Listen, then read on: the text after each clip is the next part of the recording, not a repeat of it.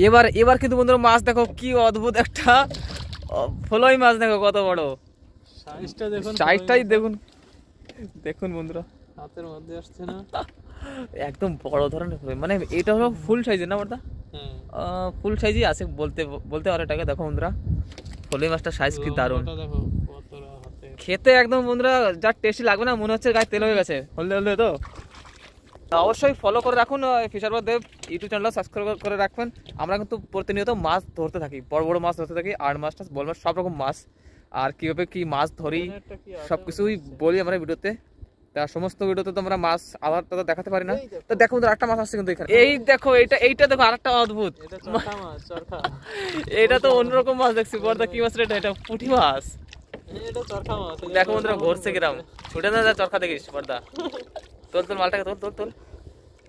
বন্ধুরা সরপুটি বেঁধে গেছে দেখো, ফলে মাছের পাশেই এটা বেঁধেছে।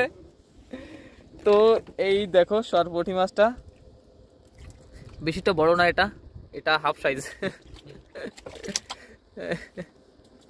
দারুণ না বড়দা, একদম অদ্ভুত।